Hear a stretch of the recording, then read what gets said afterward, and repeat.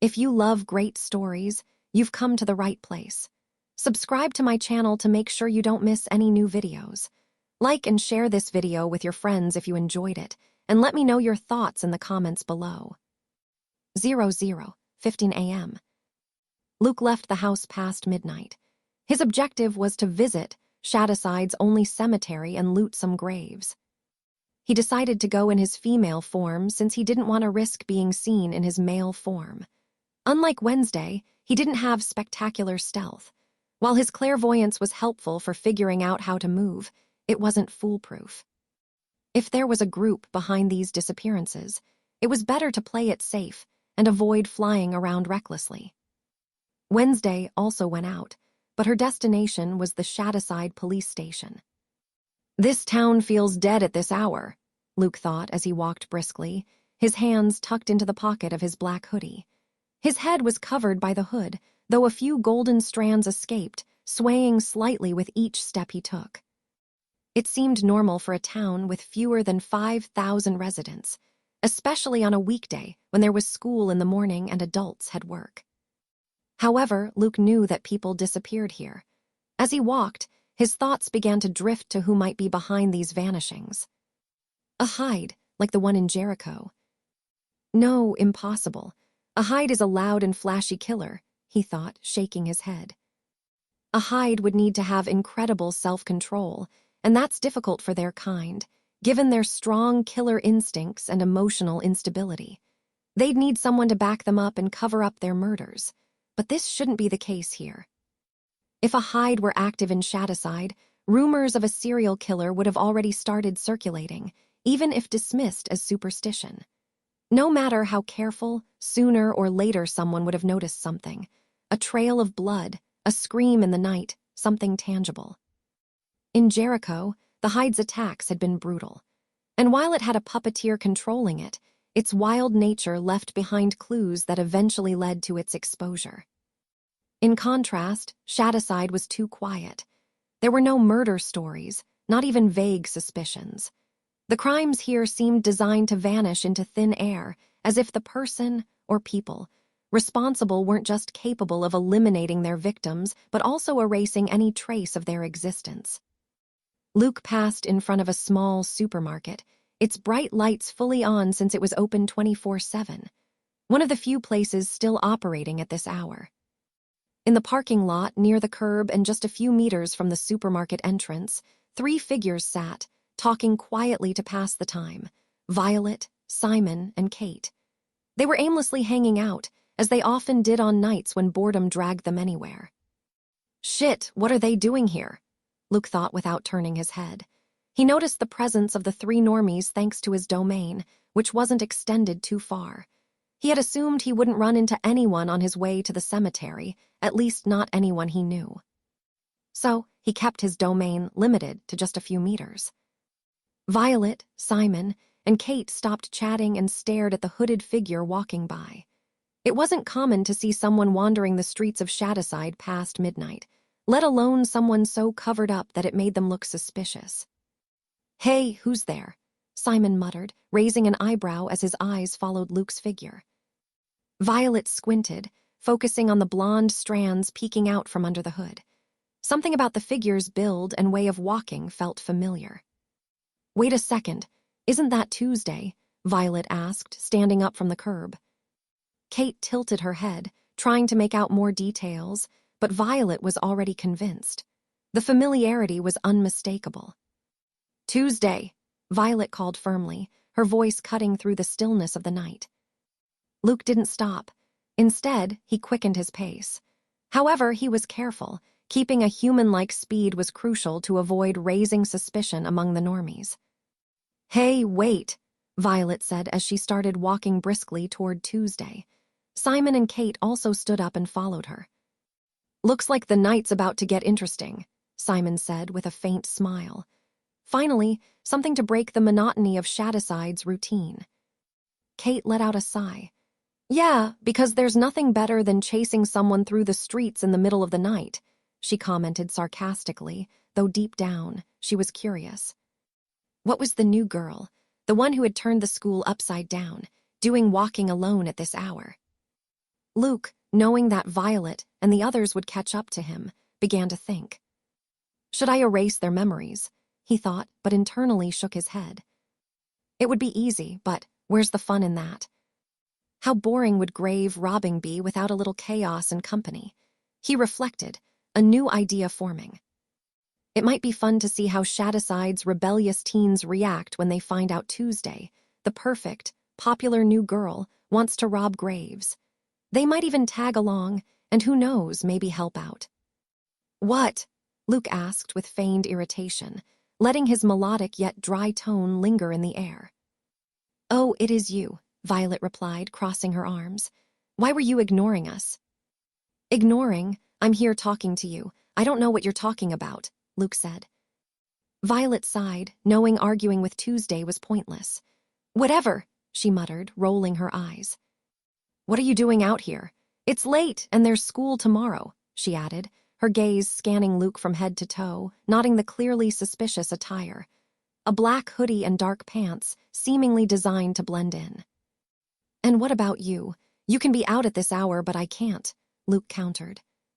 Well, we're not exactly the model students you're supposed to represent, are we? Kate chimed in. Ideal model? I don't know where you got that from, Luke said. They had seen him arrive late, smoke, and act arrogantly and manipulatively.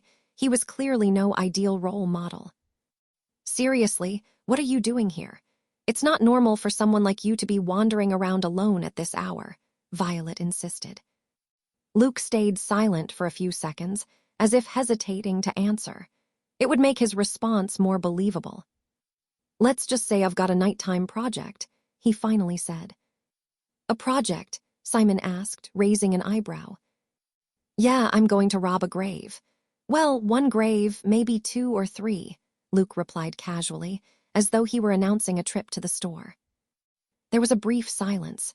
The 3 of them stared at him, clearly expecting him to add something more or take it back, but Luke simply crossed his arms and waited. Is this a joke? Simon finally broke the silence. No, I'm serious, and an extra pair of hands would be useful. What do you say? Luke asked with a slight, tempting smile that made the 3 of them hesitate. Wait, are you serious? Why would you want to rob a grave? That's a crime, Violet exclaimed, frowning with disbelief. Being rebellious or breaking a few rules was one thing, but this bordered on the bizarre, something that sounded more like a dark cult than a simple teenage prank. Selling drugs is also a crime, Violet, Luke replied with a smirk of irritation, as if the question were a waste of time. As for why I'm doing it, it's to confirm a theory. What theory? Kate asked, intrigued. If it had been anyone else, she'd have dismissed them as a weirdo and looked at them with disdain. But this was Tuesday. Well, it's related to Violet's investigation into the disappearances in Shadowside, Luke answered. The mention of her investigation made Violet's eyes widen. How do you know about that? She stammered, her voice filled with astonishment and a hint of embarrassment. Kate was equally shocked. As Violet's best friend, she knew about the investigation and had even accompanied her on several occasions to explore the town, mostly out of boredom and for fun. Simon told me, Luke said. 2 pairs of eyes turned toward Simon, who raised his hands in a defensive gesture. Relax, it was an accident. It's not like I was broadcasting secrets. It just slipped out, and then I ended up telling her everything because she was so insistent, Simon explained. Simon, Violet snapped, her face flushing red. Part of her was embarrassed that someone else knew about her investigation, something that had consumed her entire summer, only for her to abandon it when even her friends didn't take her seriously. Relax, Violet. I'm not here to mock you or anything, Luke said before Violet could continue scolding Simon. Violet blinked, somewhat surprised by her serious tone. Your investigation wasn't as far-fetched as you think, Luke continued, and began explaining to all 3 of them the reasoning behind his plan to dig up the graves. After 5 minutes, Luke finished speaking, and silence fell over the group once more. So, you're saying that all the people leaving Shadowside are being kidnapped by some unknown group. and that the same thing applies to the elderly who supposedly died of natural causes? Simon asked, his expression skeptical. Yes, if we dig up the graves of these elders who supposedly died, I'm sure we won't find bodies, just dirt, Luke replied confidently. The silence returned. Simon and Kate didn't look particularly convinced by such a wild idea. However, Violet seemed astonished that someone was actually taking her investigation seriously, and no less than Tuesday. You believe in my investigation? Violet asked in a soft voice. Yeah, why else would I be out this late digging up graves? Luke said. Are you coming or not? He added impatiently. I'll go, Violet said without hesitation. Finally, she had the chance to confirm if her investigation was correct. If the graves were empty, it would prove without a doubt that something sinister was going on. They had a tangible way to uncover the truth. Kate and Simon exchanged glances before agreeing. Both were naturally rebellious, and while the idea sounded absurd, there was something enticing about the mystery. Besides, they couldn't let Violet go alone, or pass up the chance to join Tuesday, the new girl who seemed so unattainable. Luke and 3 normie teenagers headed to Shadyside Cemetery in Simon's truck, but not before stopping by his house to grab a couple of shovels his family owned. It was a 15-minute drive to the cemetery, which was completely dark. They got out of the truck and entered the cemetery, passing through an old sign and rusty metal gates. The only things lighting the way were the silvery glow of the moon and the flashlights from their phones. What do you think Connor and everyone else would say if they found out Tuesday is grave robbing? Simon asked Kate. The two of them walked side by side, while Tuesday and Violet walked a few meters ahead of them. They'll say it's our fault and that we're a bad influence. Most likely they'll beat you up, Kate replied with a slight smile. Hey, why just me? Besides, Tuesday's the crazy grave robber here. I didn't think she was into conspiracies and stuff, Simon said. Farther ahead, Luke and Violet were walking together and chatting. How did you get this list? Violet asked, referring to the list of elderly people who had supposedly died of natural causes. A bit of research. It wasn't too hard, Luke answered vaguely. The list was made by Wednesday, although at first it hadn't seemed like something important since she hadn't suspected anything unusual about these deaths. Here we are, the first grave, Luke said, stopping and shining his flashlight on a tombstone that read Mary Brown, 1948-2018. We're seriously doing this, Simon and Kate thought as they watched Tuesday slam the shovel into the ground and start digging. Violet helped her. Simon and Kate watched the scene in disbelief. It was strange to see a girl with a Disney princess-like appearance digging up a grave under the moonlight. That name sounds familiar. I think my parents knew her, Kate said, referring to Mary Brown. Luke and Violet worked quickly, though Luke greatly reduced his real strength. He could have finished this in no time, but that would have been suspicious. Simon volunteered. He couldn't just let Tuesday get her hands dirty alone. He had to prove his worth. Kate joined in, too. Finally, they reached the coffin. Luke, with his abilities, had already verified there was no body in the coffin. His theory was correct. But why were these people, who were closer to the harp than the guitar, being abducted? Are we really going to open this? Kate asked, hesitating at the thought of opening a coffin that could contain a rotting corpse. Simon and Violet fell silent, unsure. This was the hardest part. If you're all a bunch of pusses, I'll open it, Luke said, clicking his tongue. Without waiting, he slid his fingers under the lid and, with a decisive motion, lifted it, causing it to fall to the side with a dull thud. Violet, Simon, and Kate leaned in to look inside. There was no body. Instead of a corpse, the coffin was filled to the brim with compact, dark soil, as if someone had dumped a garden sack inside. Violet stepped back, her eyes wide as she tried to process what she was seeing. This can't be. This confirms my theory. Something is happening in Shadyside. Why do you sound excited? This is sick and terrifying, Kate said, covering her mouth as she stared at the coffin. Wait, don't jump to conclusions so fast. This is weird, yeah, but it's just one grave. Who knows what happened here? There could be a logical explanation, Simon said, refusing to believe there was a conspiracy. Pick a name from the list of someone whose funeral you actually attended. We'll dig up the grave, and you'll see there's no body, Luke said, handing him the list, which now had a bit of dirt on it. Simon hesitated as he took the list and read through it. After a few seconds, he said, "Mr. Garcia. He died less than a year ago. I attended the funeral with my brother." "Perfect. Let me guess," Luke said, crossing his arms. "The coffin was closed, wasn't it?" Simon nodded slowly, his discomfort obvious. "Yeah, but that doesn't prove anything. There are closed casket funerals all the time." "Sure," Luke replied, his tone almost mocking. Kate looked at Simon with a mix of disbelief and fear. "Are we seriously doing this again? This already feels like a bad horror movie." While they debated, Violet couldn't take her eyes off Tuesday. There was something strange about her demeanor. Not only did she seem completely unfazed by the macabre situation, but there was a faint glint in her eyes, as if she were enjoying all of this. They quickly closed the coffin and refilled the hole with soil.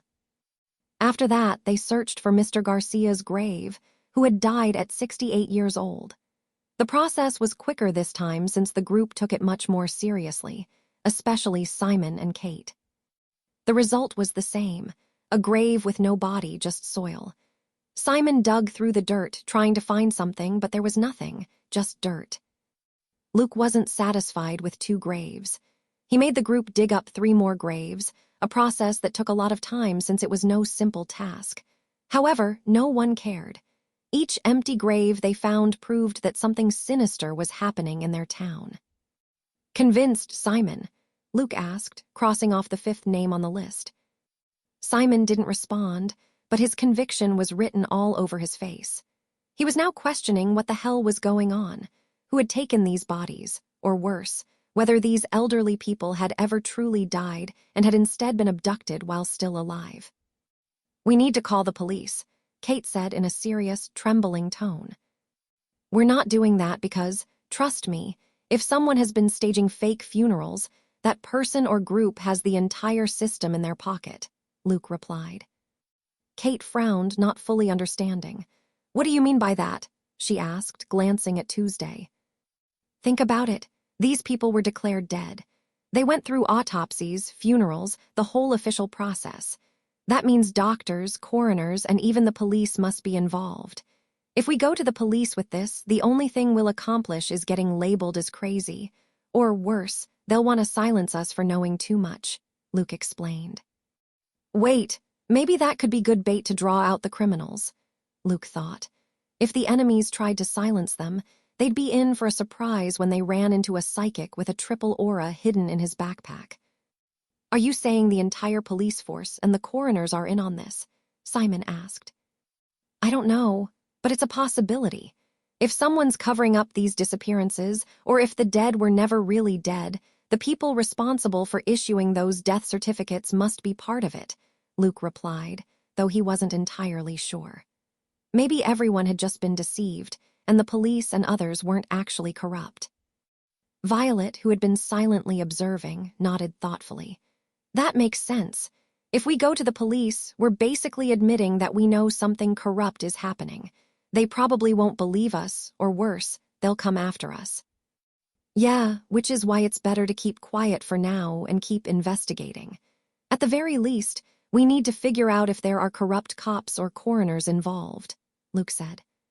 For now, he preferred that these normies stayed out of trouble and didn't get involved in something they couldn't handle. With that, they returned to the van in silence, each lost in their own thoughts. Before leaving the cemetery, Luke extended his psychic domain beneath the remaining graves to check for bodies. It was a much faster way to confirm things. They hadn't been able to dig up all the graves on the list, as it would have taken too much time, and dawn was less than 2 hours away. As expected, they were just graves filled with dirt, no bodies. Now Luke was 100% sure that something bad was happening here, and maybe these criminals even knew about his parents' arrival over a decade ago. "Will it work this time?" Luke asked, arms crossed, standing in his house in Shadyside as he watched Wednesday sitting in a chair in the middle of the living room. In her pale hands, Wednesday held a worn-out vinyl record player. A month had passed since Luke had checked the coffins in the cemetery, which, instead of containing corpses, were filled with dirt. When he returned that night, Wednesday had already come back from her incursion into the police station. Although she had expected to find altered records, hidden missing persons files, or some other incriminating clue, her investigation had yielded nothing. Everything seemed perfectly normal. However, when she learned from Luke that the graves were filled with dirt, she knew they had to keep following the trail of this minority of people who had vanished from Shadyside without a word. They also needed to investigate the elderly individuals who had been falsely declared dead of natural causes. Luke took charge of the latter and had been working on it for the past month. He visited the families of these people, their friends, doctors, and even the coroner who had supposedly declared them dead. He used his mind-reading ability in every encounter, searching for incriminating memories, acts of corruption, or any strange detail that could explain how someone could falsify a death certificate and bury dirt instead of a body. But he found nothing. Every person he interrogated was a normie, completely unaware of any crime. Their thoughts were routine, devoid of malice or conspiracy. Even the police officers whose minds he read weren't corrupt or evil. Meanwhile, Wednesday focused on investigating the people from the list who had simply disappeared without a trace. The only explanation their friends and acquaintances could give was that they left town. There were no goodbyes, no letters, no clues about where they had gone. So she changed her approach and decided to use her violet aura to investigate, her psychic visions. Her visions were triggered by touching objects or people, showing fragments of the past or near future, almost always charged with violence or sinister undertones. It was a technique that, while useful, was also exhausting and unreliable, as it depended on factors she couldn't fully control. In the following weeks, Wednesday, with Natasha's help, focused on collecting objects that had belonged to the missing people, hoping to trigger a vision that would give her a clue about the day they disappeared. The task of finding these objects was more tedious than it initially seemed. The missing people hadn't taken anything with them, but their houses had been emptied by their families, who either gave away, sold, or threw out their belongings. Even so, by tracking down relatives, they managed to obtain a few objects that had belonged to these individuals. However, the results had been disappointing so far. It was a slow process, and Wednesday was still training to refine her control over these visions. "You know it doesn't depend entirely on me," Wednesday replied, keeping her eyes on the record player. "I've improved over these months. My visions are more consistent, I can trigger them more frequently. But," she paused, choosing her words carefully. "But what?" Luke pressed, his tone impatient. "But it's not always that simple. The object has to have been in the right place at the right time. If it didn't witness, so to speak, what happened, then there's no memory to recover," she continued, now looking at him with her abyss-black eyes. Wednesday could have an exhausting vision of this record player's past, but it might be useless, revealing nothing of value. That had happened with previous objects, and since she still struggled to fully control her ability, sometimes she saw memories from irrelevant days. "I know, but don't you have a hunch? Or something telling you that this time you'll actually get a useful vision?" Luke asked. "No object comes with a tag that says, 'I was there during the crime,'" Wednesday replied, with a mix of sarcasm and patience she reserved only for him. "I get it," Luke said, trying to be more patient. "Now, stop complaining and stay close in case I lose consciousness," Wednesday instructed, and Luke stepped a few paces closer to her. Forcing a vision was far more demanding and exhausting, which meant she could pass out while experiencing it, especially if it lasted too long. Luke moved in, close enough to catch her if she collapsed forward. Wednesday placed her pale hands on the worn-out record player and began to concentrate. Her usually impassive brow furrowed, and sweat started to bead on her forehead. Suddenly, she jerked her head violently upward, and her eyes turned white. A few seconds later, she collapsed forward, and Luke had to catch her. This is a long vision, Luke thought, still not entirely used to the process of entering a vision. Meanwhile, Wednesday found herself in a completely different plane. She was inside a house and could see through the windows that it was nighttime. The record player sat on a small table, looking clean and well-maintained. On a nearby couch sat a couple that Wednesday immediately recognized, Julia and Henry Reynolds, a middle-aged man and woman with blonde hair and green eyes. Time seemed to accelerate.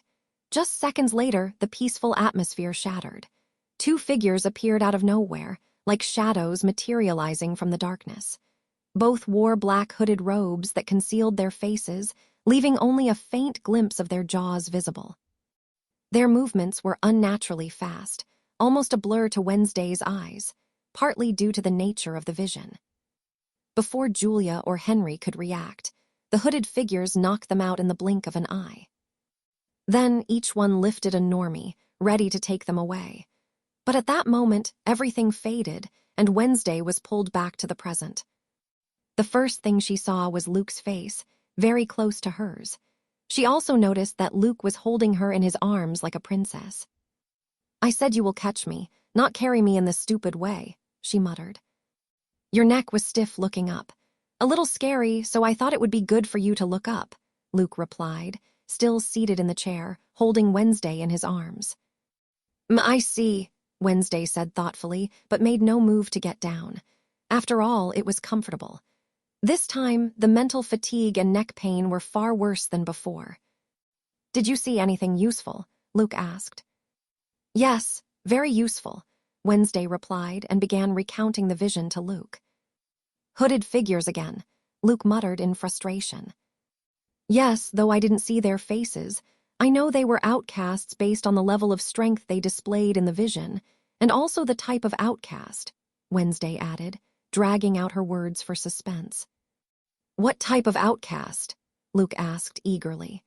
Finally, they had a lead, something they could use to track these bastards down and force them to give up information about his parents. "Vampires. Their skin was very pale, but what gave one of them away was a small symbol I saw on the inside of their wrist," Wednesday replied, and Luke's expression turned to surprise. "Vampires. What symbol did you see that confirmed it?" Luke asked. "It was a chalice overflowing with blood. It belongs to one of the 7 most important vampire clans in America, the Drozhia clan," Wednesday answered, and Luke couldn't help but grimace at the information. "Great, one of the most noble and powerful vampire clans," Luke sighed. "Don't worry, it's just a branch," Wednesday said calmly as she slowly sat up, still held in Luke's arms. Her dark gaze locked onto his with intensity. "How do you know that?" Luke asked. He had no clue about vampire clan symbols, he had only memorized their names. "The symbol had 2 lines crossing the base of the chalice, like an engraving beneath the cup," Wednesday explained, making a small gesture with her fingers to illustrate the parallel lines. "That indicates hierarchy within the clan. 2 lines mean it belongs to one of the secondary branches, not the main core. So, we're still dealing with vampires, just not the most important ones. That's better, I guess," Luke said. Wednesday narrowed her eyes, leaning slightly toward Luke while keeping her gaze fixed on him, their faces now just inches apart. "You, Luke Poe, someone addicted to combat and always bragging about his skills, seem relieved to be facing weaker vampires," Wednesday observed with curiosity. "If it were under different circumstances, maybe I'd be excited to fight them, but we're looking for evidence, and we already have enough trouble with the Spellmans." Luke replied with a slight smile. "I see your point," Wednesday conceded, not breaking eye contact as her dark eyes studied every shift in his expression. "I must admit, it's rather mature of you not to go around making unnecessary enemies," she added.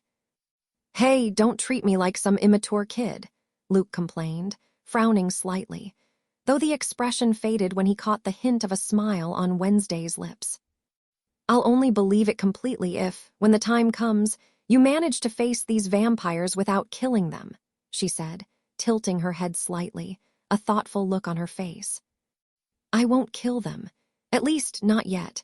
I need to get the Spellmans off my back before I start adding powerful clans as mortal enemies, Luke said. We'll see, Wednesday murmured softly before leaning in and brushing her lips against his in a kiss, soft but firm. After pulling away from Wednesday's delicious lips, Luke asked hesitantly, Aren't vampires forbidden from drinking normie blood? Knowing that they are dealing with vampires, it's obvious why these Drozhia clan vampires are kidnapping humans. They do it to drink their blood. It seems they have chosen this town as their blood supply. Yes, they are forbidden. It was a law imposed by the vampire community itself over 2 centuries ago. Human blood may be a delicacy for them, but it's not necessary for their survival. In fact, vampires are completely self-sufficient without the need to feed on normies, Wednesday replied with her characteristic precision. Then they're committing a crime here. If the main branch of the Drozhia clan finds out, it would put them in a tight spot, Luke remarked, a new idea forming in his mind.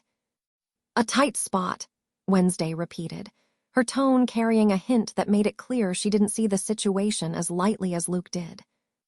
That would be an understatement. The main branch of the Drozhia clan could simply erase them from existence for breaking that rule. Vampires are very strict about the laws they themselves imposed in their closed society, Wednesday added in a serious tone. Really, just for using some normies as food, they would wipe out an entire secondary branch, Luke asked, frowning. Yes, they are more serious than you can imagine. They value the structure and order they have created. Vampires are, to put it mildly, the most conflict-ridden outcasts when it comes to normies, as they actively kidnapped people in the past to suck their blood, Wednesday replied. So that's why they banned feeding on human blood, to avoid conflicts with normies, Luke said, and Wednesday nodded. Yes, even though vampires and outcasts in general are incredibly powerful on an individual level, normies have a weapon no outcast can match: their numbers. There are far more of them, and more importantly, they have a unique ability to organize and act as a single force. If hundreds of thousands of them mobilize with weapons, even the strongest vampires would face a very difficult battle, Wednesday explained. I guess that evens things out, so there's no extermination from either side, Luke commented. Something like that. Normies were able to stand up to outcasts thanks to their ability to unite, to form societies. Meanwhile, we're notoriously bad at working as a team. In the past, vampires were known for wandering alone, acting independently. Luke was sitting in one of the middle seats of the bus, next to the window. Chaos reigned around him. The Shadowside students, dressed in the team's colors, were singing at the top of their lungs, their shouts and chants echoing against the vehicle's walls.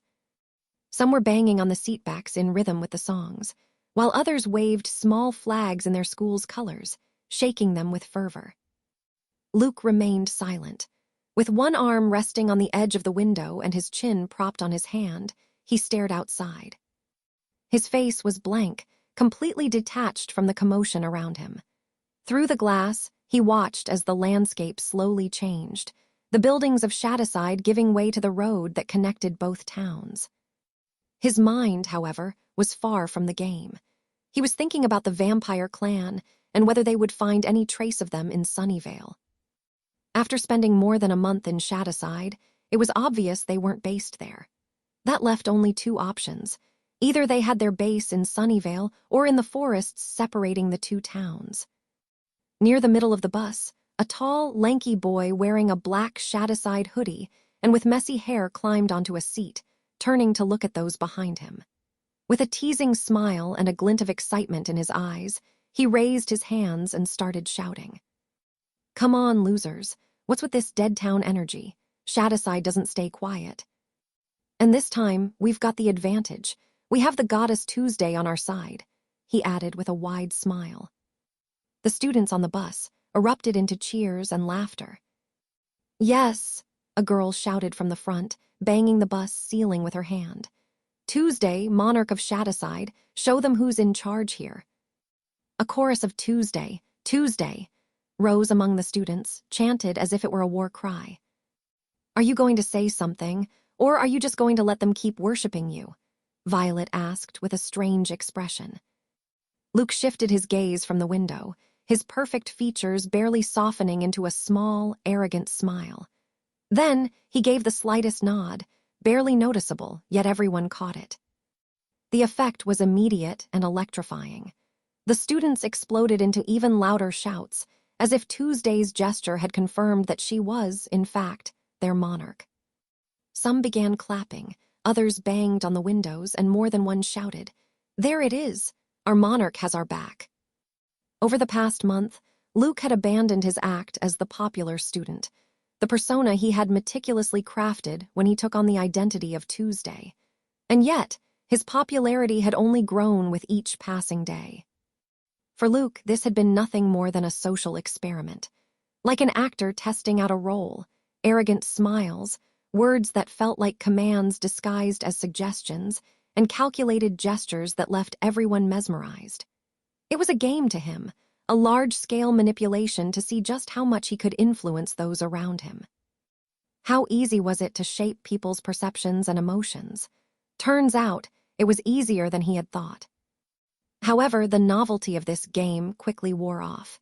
As the days passed, he started growing bored. Pretending to be someone he wasn't, especially someone so opposed to his true nature, was exhausting. So, little by little, he began shedding the personality of Tuesday. He became colder, more expressionless, responding to praise with indifferent looks or barely noticeable nods. He stopped making an effort to lead or manipulate. He simply didn't find it entertaining anymore. But ironically, this distant attitude only made him more popular. Tuesday's indifference was seen as a sign of confidence and mystery. The less she seemed to care about what others thought, the more they admired her. Her coldness, her lack of expression, even her apparent arrogance, all fueled the myth of her perfection. Inside, Luke felt torn between irritation and cold satisfaction. At Nevermore, he was always under watchful eyes, so in the end, he was used to people staring and pointing at him. Simon and Kate were also shouting and cheering. Their reputation had skyrocketed simply by being the closest to Tuesday, and most teenagers loved popularity and being the center of attention. As for that episode where they spent hours digging up graves, it remained a secret within the group. Their investigation continued, but they found nothing. Luke, for his part, contributed nothing of value. He only pretended to. He preferred to keep these normies out of a mess that was far beyond their league. Either way, it was impossible for Violet, Simon, or Kate to find another clue that would lead them to solve the mystery of Shadowside's disappearances. There was nothing in town. He and Wednesday had only succeeded thanks to Wednesday's visions. Without them, they wouldn't have gotten anywhere. Bored of watching the passing landscape, Luke searched for Wednesday. She was sitting in the back seats. She wore her typical nerdy normie look, her presence still nearly invisible. The most notable thing about her was that she was Tuesday's sister. She had truly perfected the act, becoming nearly invisible thanks to the unbearably dull personality she put on display. Luke's brow furrowed slightly as he noticed a boy talking to Wednesday. He recognized him, Elias, the son of the woman who worked at Shadowside Realty. There was also a freckled girl next to them, chatting along. Her name was Lauren, and she was Elias's cousin, at least, that's what Wednesday had told him. This was Jenna's group of friends. Since Luke was part of the rebellious group consisting of Violet, Simon, and Kate, Wednesday had found her place among a group of nearly invisible brainiacs. Luke stood up from his seat and walked toward Wednesday. Elias and Lauren's eyes shifted to Tuesday, noticing the monarch's unexpected approach. Their brows furrowed slightly. A subtle shift in the atmosphere followed. Tuesday's movements didn't go unnoticed, and the chanting began to die down, with everyone turning their attention toward her. What is she going to do? Violet wondered, her expression tense. She was Tuesday's friend. She even had romantic feelings for her. She knew how strained the foster sisters' relationship was.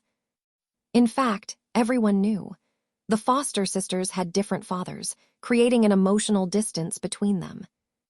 What the world saw was Tuesday, with her dominant personality, completely overpowering Jenna, an introverted and timid girl.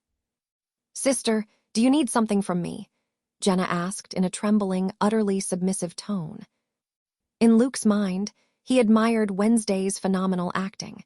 Even he couldn't perform so flawlessly.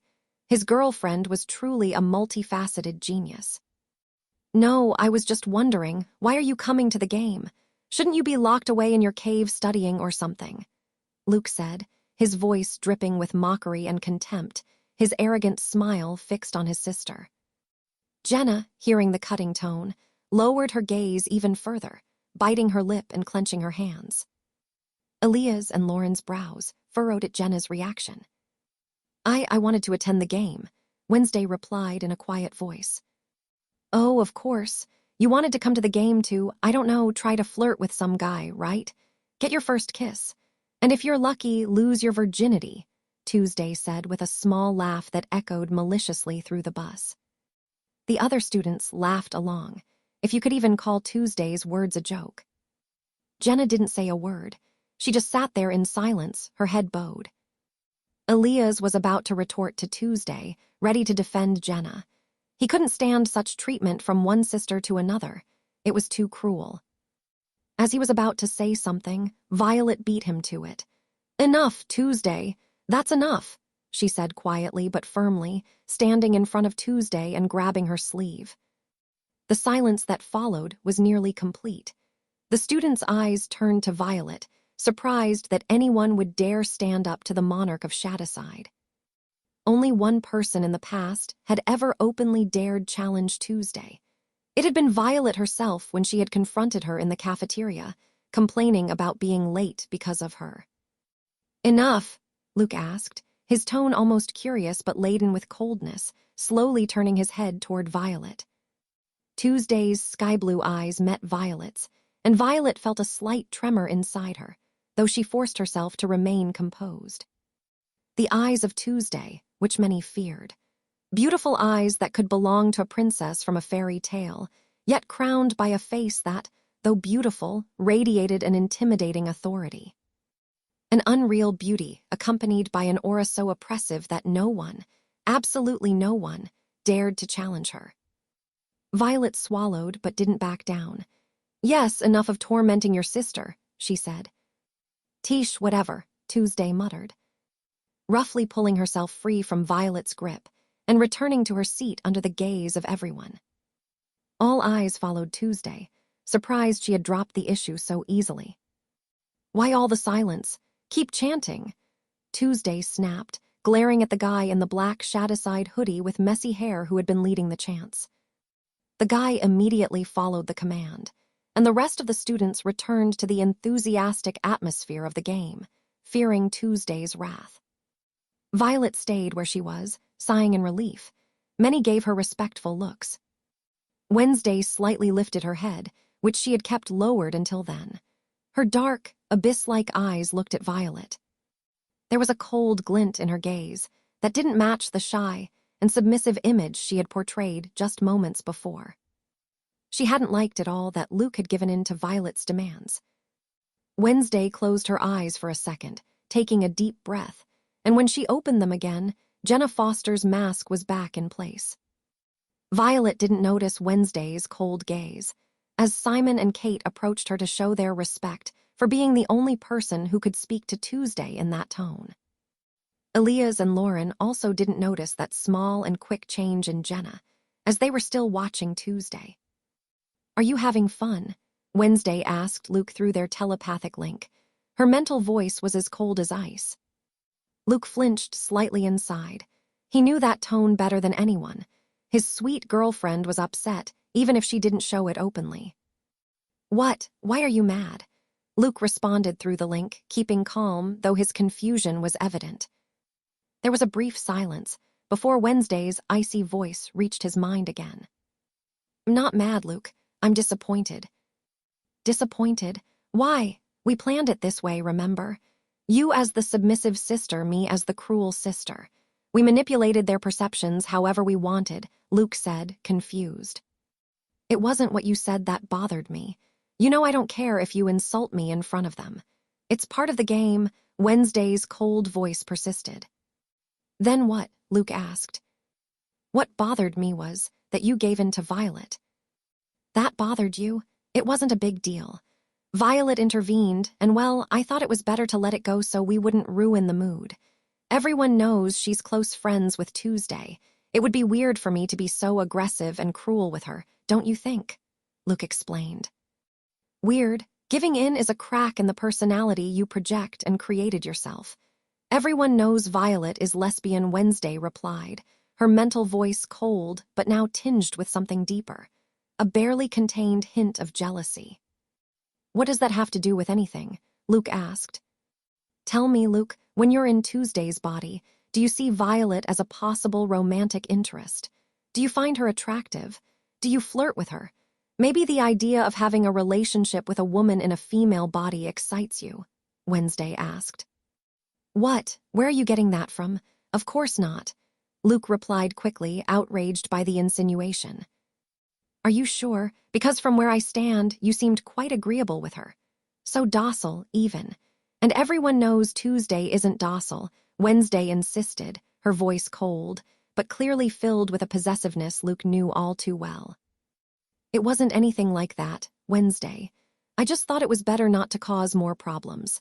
I don't find her attractive, and I didn't try to flirt with her, and I certainly don't want to have a lesbian relationship in Tuesday's body. Luke responded, half indignant and trying to make everything clear. But if this bothers you so much, I'll handle it differently next time. Is that okay? Luke added. There was a brief silence before Wednesday finally responded. You better, Luke, because you're mine. And I don't plan on sharing even a fragment of you, whether you're Luke or Tuesday.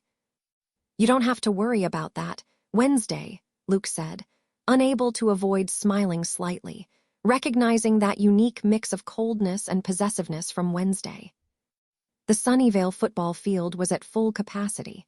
About 5,000 people filled the stands, ready to watch the game. The people of Sunnyvale waved flags and banners in the air. This stadium, with a capacity of 5,000 spectators, was a reflection of Sunnyvale's pride and investment in its team and in sports, a clear display of its superiority over Shadyside. By contrast, Shadyside didn't even have enough population to fill a stadium of this size. With barely 3,500 residents, only about 800 people had made the trip to the game. The difference in numbers and energy among the spectators was obvious. Before the game started, Sunnyvale put on a pre-match show, flaunting its opulence and competitive spirit. The Sunnyvale cheerleaders were being led by a tall girl with a model-like figure, perfectly styled ash-blonde hair, and green eyes. That's Rosalie. I never get tired of looking at her. I only come to the game for this, Simon said, practically drooling as he watched the Sunnyvale cheerleading captain. Kate, sitting beside him, rolled her eyes and elbowed him in the ribs. Where's your loyalty, Simon? We have Tuesday, remember. Tuesday, Kate said, emphasizing the name. Simon shrugged, tearing his gaze away from Rosalie for only a moment. I know, but it's different. Tuesday is like a goddess. She's untouchable, you know. Seriously, Rosalie doesn't even know you exist. Tuesday is our friend. You see her all the time, Kate said, looking at him in disbelief. That's exactly why. Tuesday acts like none of this matters to her. It's like the world is irrelevant to her. That cold demeanor, the way she looks at everyone with disdain, that makes her untouchable, Simon said. Kate raised an eyebrow, but Simon continued before she could say anything. Rosalie, on the other hand, is like a celebrity who knows she's beautiful.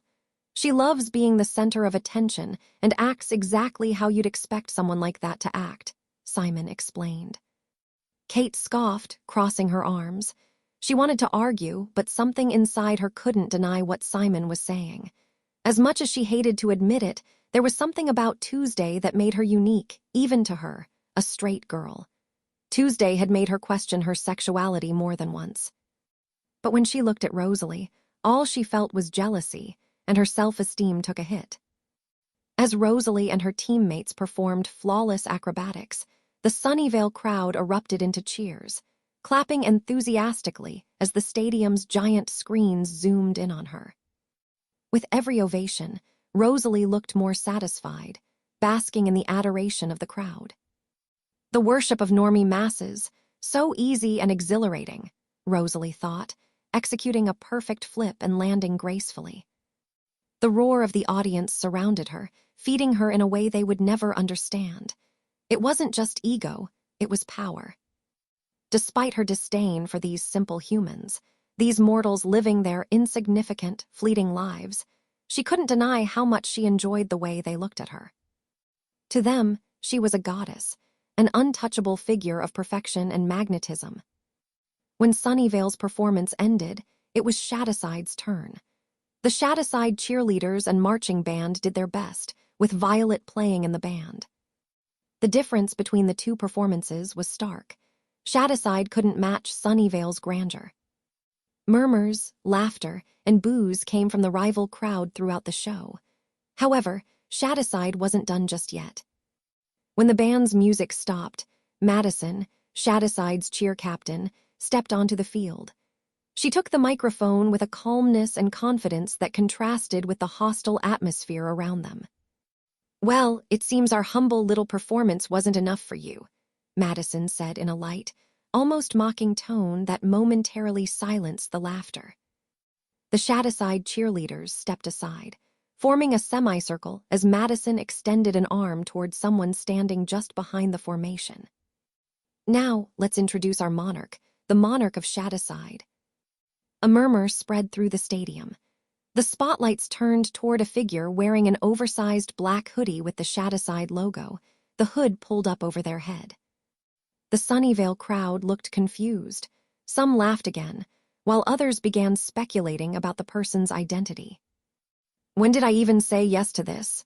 thought Luke, the hooded figure. The entire school had begged him to just show up for this moment, and he reluctantly agreed after countless pleas. It wasn't a complicated task, after all. The only thing he asked for was to be called monarch instead of queen. There was no way he was letting them call him that, not even in this female form. With no other choice, Luke raised his hands to the hood and pulled it back, revealing his face. The stadium fell into momentary silence. Everyone was stunned, not just by the blonde girl's striking features, but by something else. On the giant screen, her ice-blue eyes shone with an innate arrogance, as if she were looking down at a crowd of ants. "Say a few words to our people," Madison said, making an exaggerated bow before handing Luke the microphone. He took it reluctantly.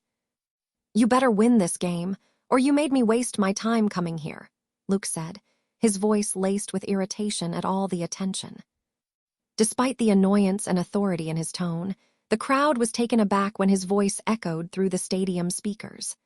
Cold and firm, yet carrying a melodic, smooth, and perfectly tuned quality, just as flawless as his appearance. The Shadowside stands erupted into cheers, as if their monarch's words were an order that ignited them even more. The energy was far greater than what Madison and the band had managed to stir, achieved with just a few words from Luke. The Sunnyvale spectators remained silent, some whispering in hushed tones as they continued staring at Tuesday. From her spot, Rosalie watched the scene in disbelief. For the first time in her life, she felt like someone else was outshining her. "She looks completely different compared to the photos," thought Rosalie, who had seen pictures of Tuesday. Her reputation had even reached Sunnyvale. But seeing her in person was an entirely different experience. What unsettled her the most was the arrogance that radiated from every fiber of her being. The mere fact that a normie girl could project such arrogance infuriated her. Rosalie's green eyes filled with hatred as she glared at Tuesday. "I won't wait a week," she thought, a dangerous glint in her eyes. With both spectacles over, the game began. It lasted nearly 2 hours and was fiercely contested. The final winner was Shadowside, securing victory with a 1-touchdown lead. The Shadowside players had seemingly entered a berserker mode, playing the entire game with one goal in mind: victory. They couldn't afford to lose, not after making Tuesday come all this way and waste her time. And they succeeded. They won the game, after 2 years without a victory. The Shadowside stands erupted in cheers and excitement. Meanwhile, the Sunnyvale spectators had gone completely silent, a stark contrast to their earlier confidence. With the celebrations over, Luke walked through the crowd toward one of the stadium exits. He pulled his hood back up and separated from his Shadowside teammates. It was time to begin the exploration of Sunnyvale in search of the vampire clan. He would cover the eastern and northern parts of Sunnyvale, while Wednesday and Natasha took the other zones. I hope I get lucky, Luke thought with a hint of impatience. He was tired of investigating and following leads. He wanted action. He wanted to finally find those damn pieces of evidence. Reaching the parking lot, he noticed the crowd starting to disperse, many still discussing the game, most of them clearly unhappy, being from Sunnyvale. Just then, Luke heard a voice inside his head, like a whisper. Come, follow my voice. Luke flinched slightly. He hadn't expected a whispering voice to suddenly appear in his mind, and yet the voice carried an unmistakable magnetic pull. He instantly knew what it was. Vampire hypnosis, Luke thought, pleasantly surprised. He had to hold back a manic grin from forming on his face. Vampiric hypnosis and psychic mind control had distinct differences in their mechanics and effects on the victim. Vampires didn't impose direct commands like a psychic would. Instead, their hypnosis was more subtle, immersive, and seductive. Their power lay in suggestion, in a whisper that slipped into the victim's mind, drawing them in, absorbing them, even making them feel pleased at the mere idea of obeying. On the other hand, psychic mind control is an absolute command. There is no seduction or persuasion, only a cold, mechanical order that the victim's mind executes without resistance. It's as if their free will momentarily shuts down, and their body moves under the psychic's will, without questioning or feeling anything in the process. Who would have thought a vampire would come knocking at his door? This was great news. He quickly concluded that the vampire must have seen him speaking in his Tuesday form and had been tempted by the beauty of his female appearance, or something along those lines. So they are in Sunnyvale, not in the forest. Thanks, female form, Luke thought as he began following the voice guiding him. The vampire was gravely mistaken if he thought he could seduce him with such weak hypnosis. However, Luke decided to play along since he was being led toward the forest, an isolated place, far from prying eyes, all the better for him. He didn't want to startle the vampire, so it was best to let him think his hypnosis was working. Who will be the lucky one? Hopefully, it's more than one, Luke thought, already eager for battle. It had been a long time since he'd had an exciting fight. The last one was against the lesser demons, and while it had been fun, it wasn't exactly challenging. Luke walked through the dark forest, guided by the vampire's voice.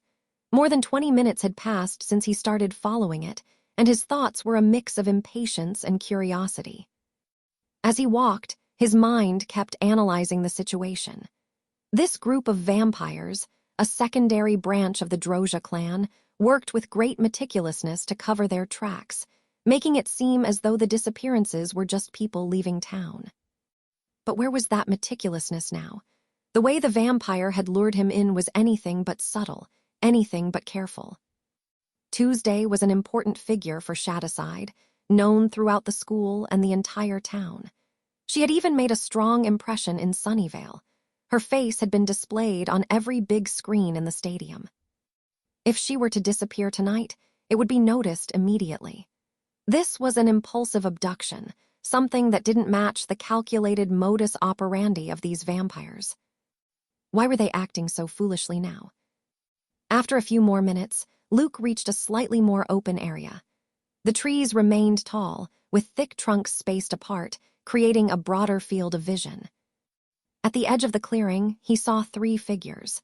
They stood motionless about 15 meters away. The moonlight reflected off their hooded faces, but to Luke, being a clairvoyant, their faces were perfectly visible even at this distance. Luke recognized one of those faces, the face of a pale-skinned girl with ash-colored hair. The only difference was her eyes. They had once been green, but now they were a deep, dark red. That's one of Sunnyvale's cheerleaders, Her name was Rosalie, Luke thought as he observed the three figures. Sometimes it was actually useful to pay attention to Simon's nonsense. "Take off your hood," Rosalie said, stepping toward Luke.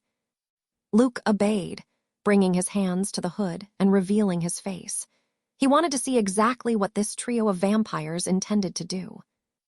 Both Rosalie and her two companions flinched slightly upon seeing Luke's feminine form up close, something that did not go unnoticed by his clairvoyant eye.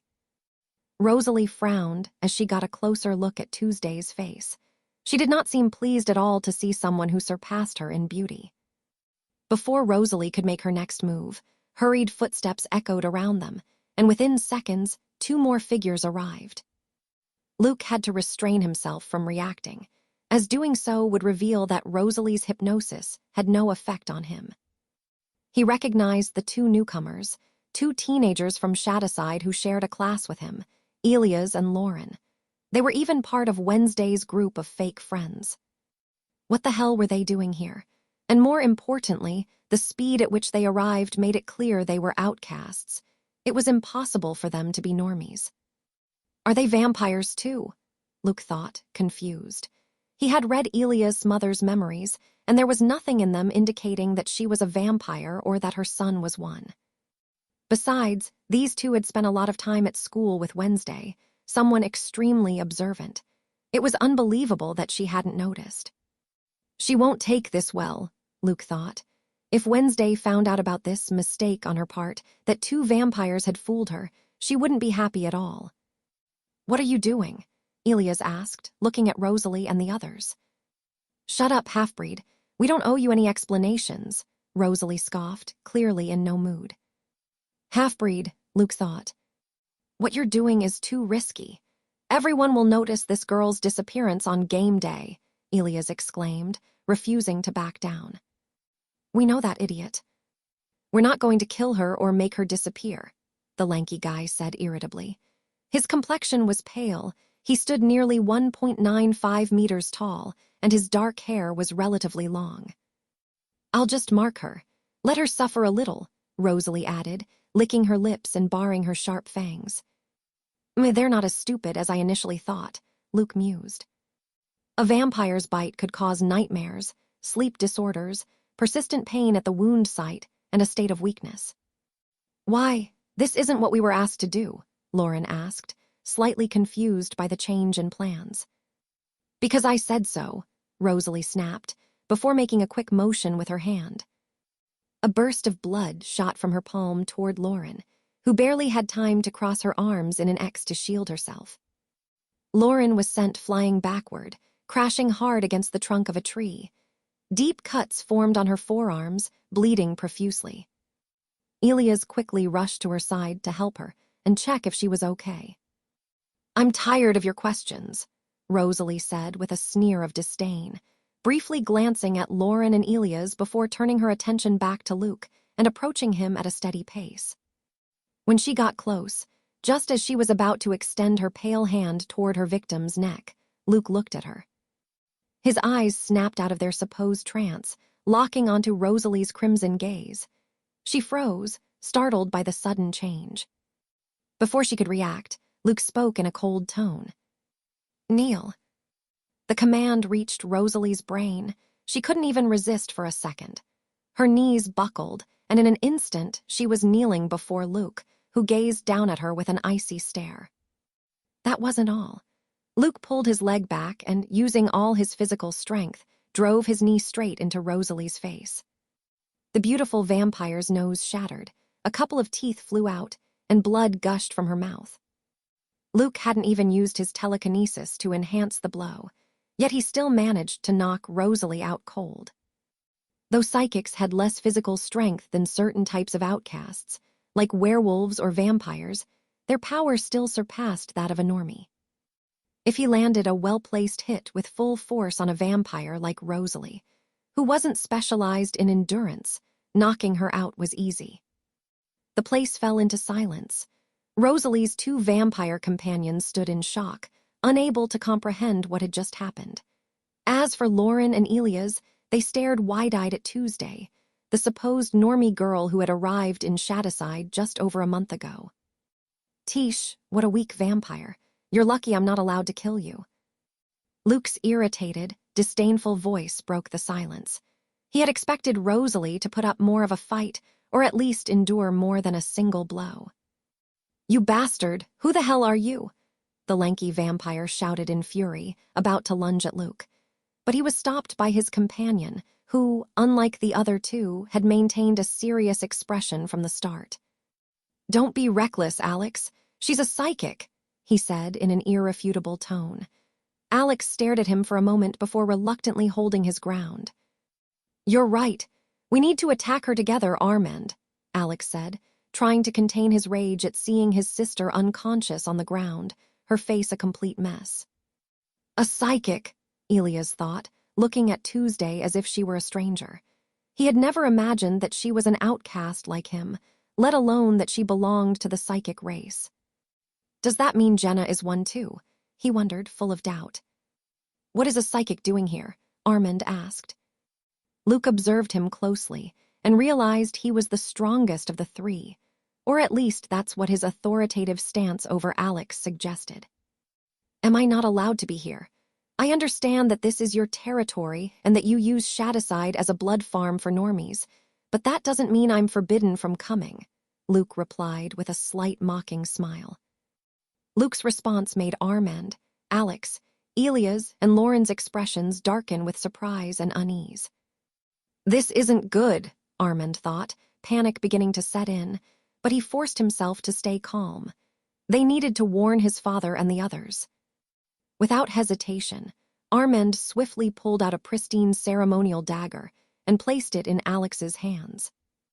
Brother, what are you doing? Alex asked. Get out of here. Now. Tell father and grandfather, Armand ordered in a serious tone as he lightly bit his finger, letting a drop of blood fall onto the blade. The dagger gleamed briefly, and in the blink of an eye, Alex vanished. A teleporter, Luke thought with a slight grimace. He hadn't expected Armand to act so paranoid and quick. Though it made sense, learning that another outcast knew what his family was doing here was enough to send him into a panic. If this got out, the Drozhia clan itself would kill him and his entire family. Oh well, Luke thought, not particularly worried about a couple more vampires showing up. He would defeat Armand before they arrived and get the information he needed. Besides, he had already sent a telepathic message to Wednesday and Natasha, informing them of the situation. Luke extended his arm toward Armand, who was already prepared for battle. Armand knew better than to underestimate this blue aura psychic, but he trusted in his own strength. His mental resistance was far superior to his sister's. Plus, his physical strength and speed should give him the edge.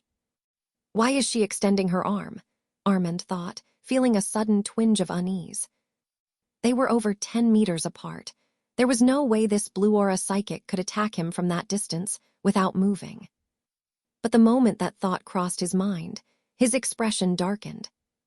An invisible force seized him. A devastating telekinetic pull wrapped around him, sucking him in as if gravity had suddenly shifted. He tried to resist, planting his feet on the ground with all his physical strength, but the pressure was overwhelming. A dual aura psychic! Damn it!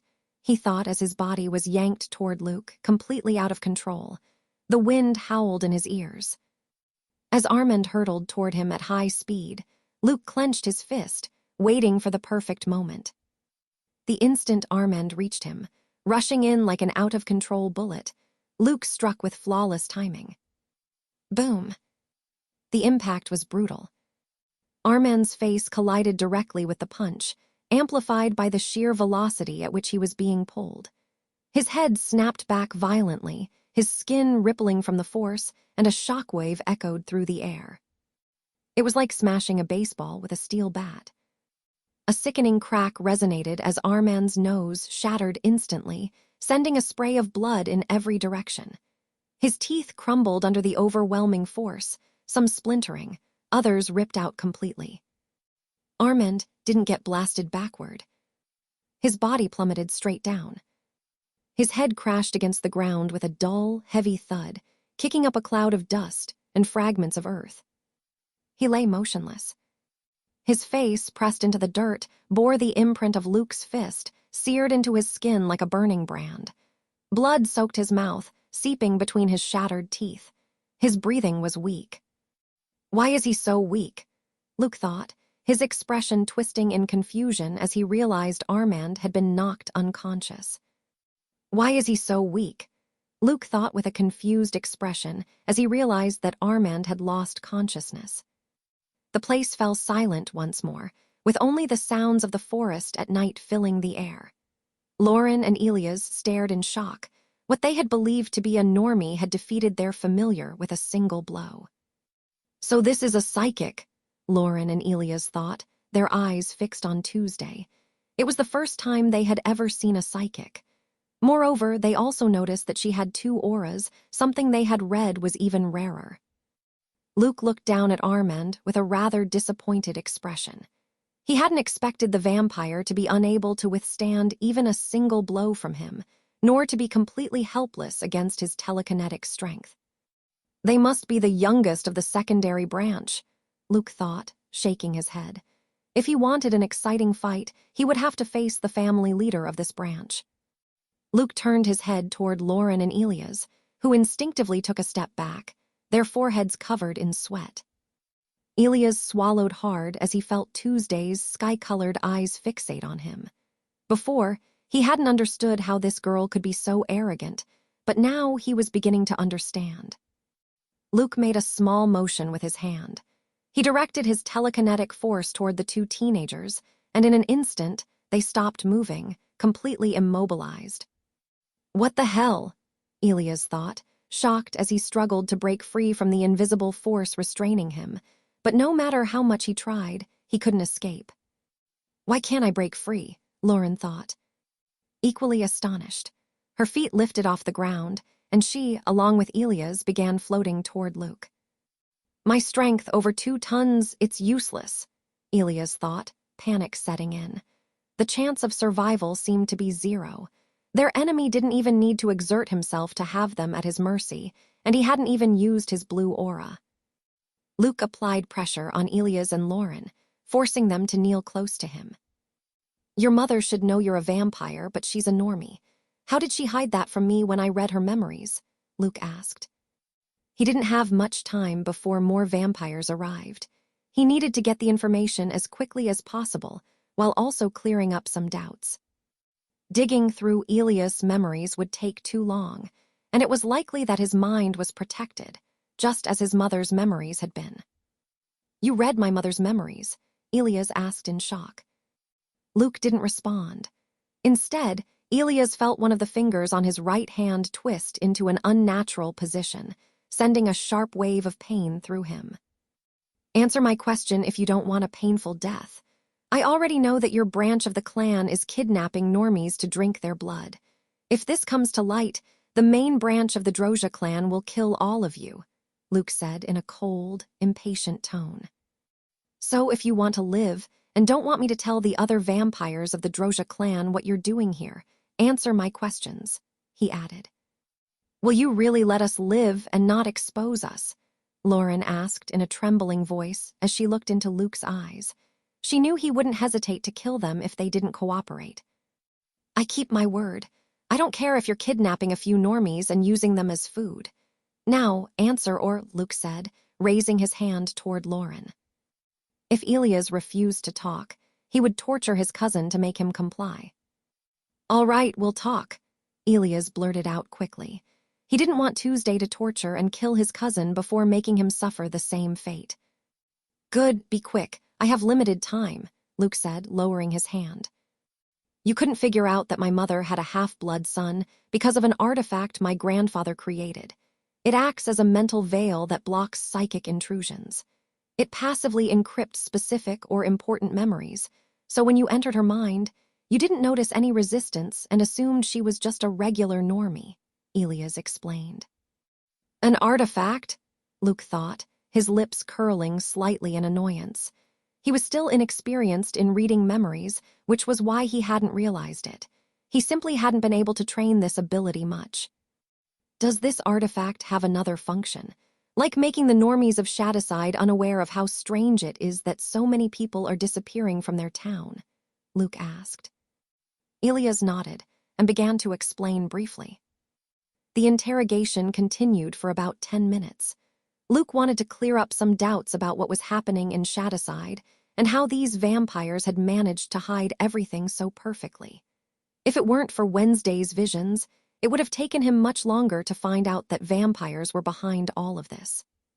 The artifact, besides acting as a mental veil to protect normies with important information, like Elias' mother, could also be used on a wide scale to make all the normies in Shadowside believe that people were leaving the town simply because they found it boring. However, it wasn't 100% effective, as seen in the case of Violet, who noticed that something was wrong.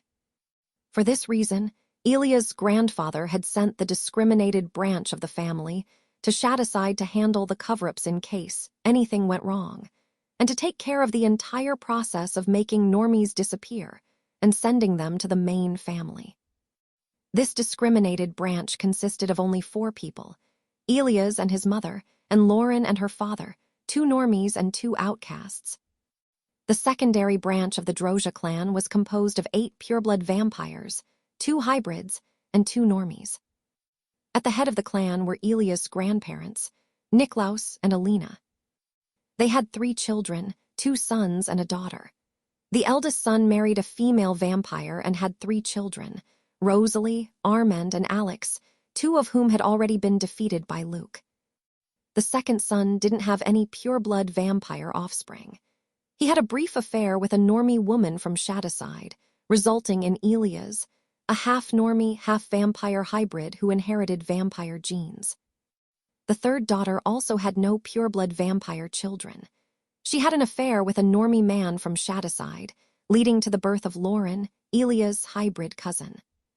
Because they were hybrids, Elias and Lauren were despised by their pureblood cousins and the rest of the family. The same applied to Elias' mother and Lauren's father. That's why these 4 were sent to Shadowside, to monitor the town and send normies to the main clan whenever needed, ensuring that nothing went wrong. Elias' vampire father was still alive, but Lauren's mother had disappeared the day she was born and was never seen again.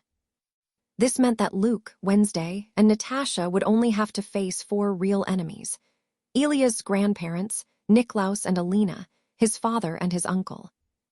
As for Elias, Lauren, Rosalie, and the other 2, Luke didn't see them as threats. He had already defeated 4 of them, and the lanky one had only escaped thanks to a teleportation device. It will be much less dangerous than I thought, Luke thought with both relief and disappointment. The secondary branch of this vampire clan was weaker than he had initially thought. Knowing how many enemies he might face, Luke moved on to the most important part of the interrogation. Did something important happen 16 years ago, whether in Shadowside, Sunnyvale, or the woods between the 2 towns? Luke asked, slightly crouching to be at Elias' level. Elias trembled slightly, feeling Luke so close. Elias was over 20 years old, though he was in 11th grade, because vampires have much longer lifespans. At 20 years old, they're still considered adolescents. Since he, along with his mother, uncle, and cousin, handled the cover-ups for all the criminal or suspicious events, he should be aware of his parents' arrival 16 years ago and the Spellmans. 16 years, Elias and Lauren repeated in unison. Luke knew from their reactions that something had happened. "What happened? Speak," Luke said, raising his hand slightly, pointing toward Lauren. Hey, wait, I'll tell you," Elias quickly replied. 16 years ago, there was a big incident at the Nightwing camp. It was a camp located in the woods between Shadowside and Sunnyvale, near Alum Creek Lake, Elias added, trying to determine if this information was useful for Tuesday. Bingo, Luke thought. What incident? Luke asked. More than 15 teenage campers died in a fire caused by a psychic battle. They died in the crossfire. That's all I know. My mother, my uncle, and Lauren had to make sure all the normies believed it was just a regular fire, and little by little, we made them forget about the incident, Elias answered, looking at Tuesday with some suspicion. It was obvious that the psychic in front of him was connected to the psychics who fought at the camp. The evidence is hidden at the camp, Luke thought with a slight smile. He finally knew the location. It was clear that his parents, who had had a slight advantage in escaping from the Spellmans, lost time hiding the evidence at the camp. What happened to the camp? I've been here for more than a month and haven't heard anything about it, Luke said. Natasha and Wednesday had searched for hidden information but found nothing. The year after the fire at the same camp, a boy killed his girlfriend and then committed suicide. They closed the camp again that summer, but the next year they reopened it, and another tragedy occurred.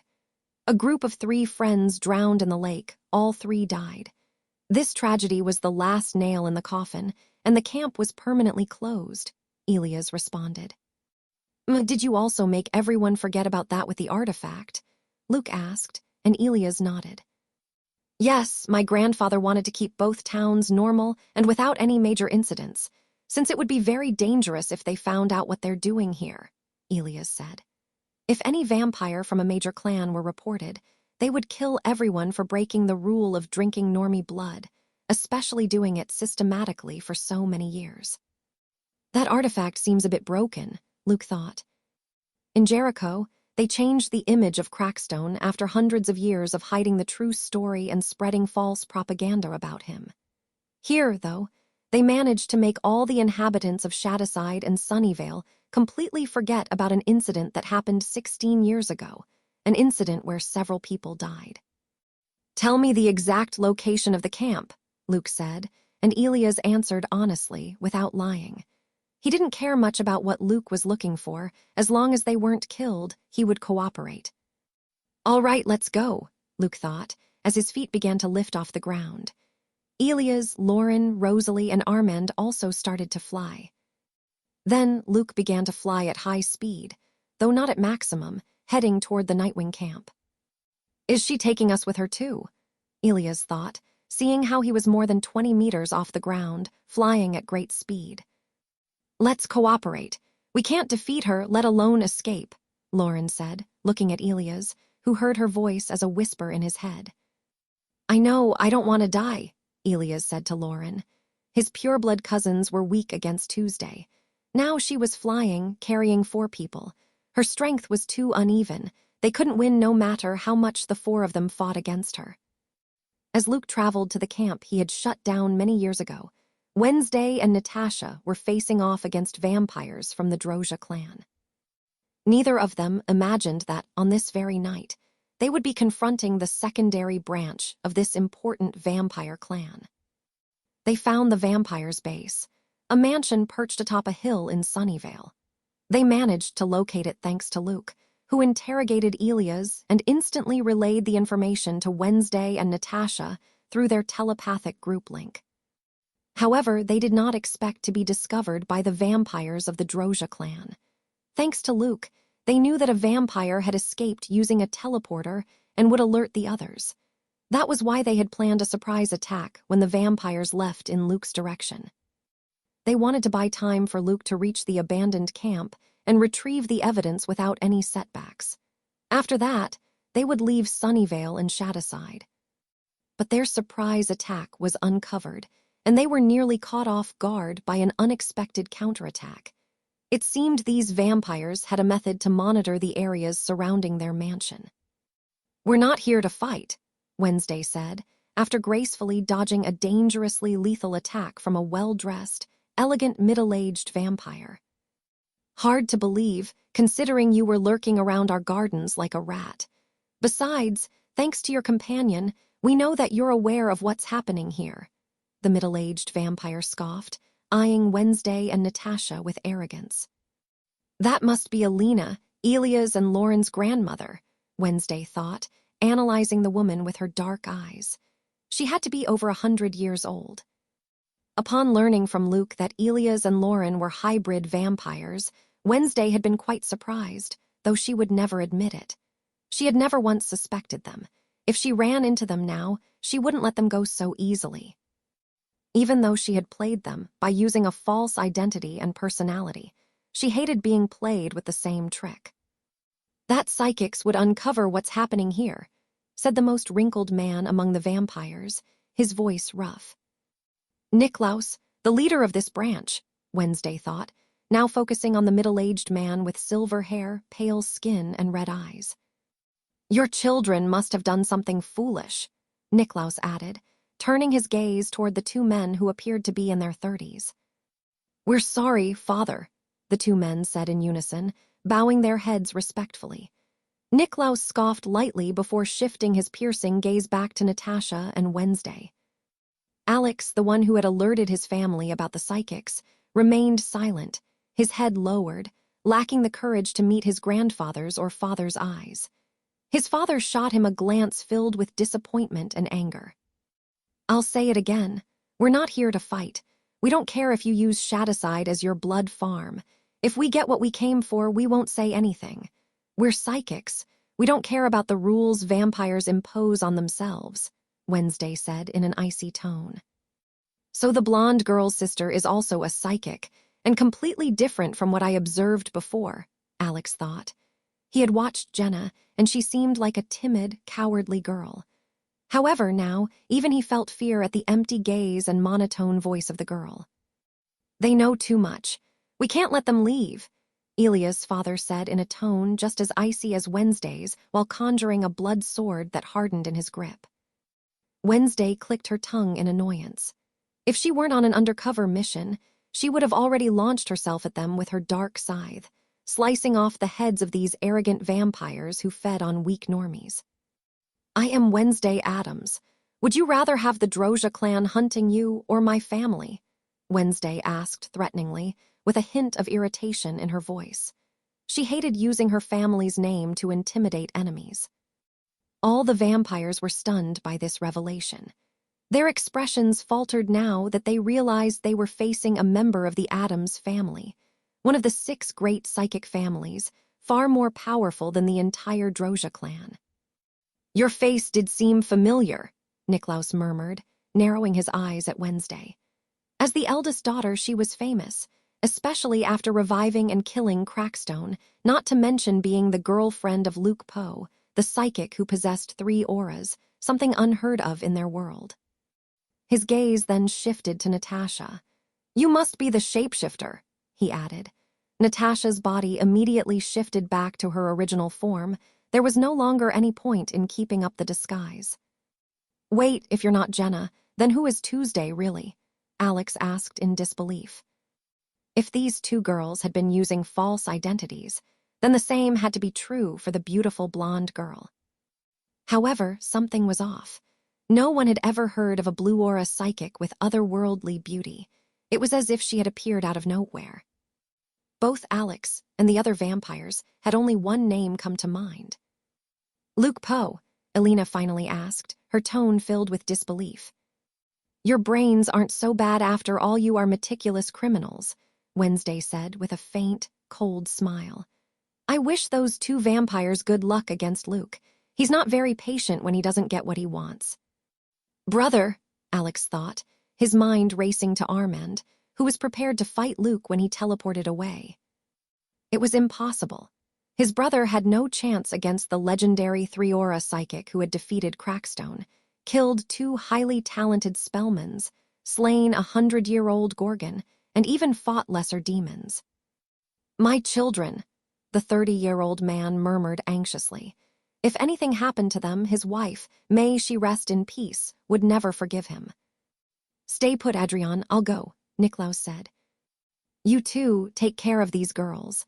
Don't kill the Adams girl, but the shapeshifter, you can kill her, Niklaus ordered before vanishing from his spot. It's strange that they refuse to negotiate, even after we told them we don't want trouble, Wednesday thought, feeling a bad premonition. The blackmail had failed. Even using her last name had been useless. In fact, it seemed to have made things worse. Niklaus had acted strangely after learning their identities. Wednesday wanted to stop Niklaus, but she was blocked by Elena, Adrian, and Elia's father. Overcoming 3 vampires with centuries of experience wouldn't be easy. Natasha didn't stay still. While those 3 vampires kept Wednesday occupied, she charged toward Alex, her arm transforming into a steel blade. Alex was caught off guard by Natasha's sudden, fast, and deadly attack. He barely had time to step aside, narrowly avoiding being impaled. But Natasha didn't stop. She swiftly redirected her blade, slicing clean through Alex's left arm. He couldn't suppress a scream of pain as his severed limb fell to the ground. "Alex!" Adrian shouted in anger and concern as he saw his son lose an arm. Wednesday materialized a spear of darkness and hurled it at Adrian, taking advantage of his distraction. Adrian reacted quickly, dodging to the side, but the spear still grazed his shoulder, piercing through and drawing blood. Elia's father lunged at Wednesday while she was in a vulnerable position, but his attack missed. She disappeared into her own darkness and reappeared a few meters away, completely unscathed. "Tish," he clicked him tongue in frustration. "Stop whining, kid.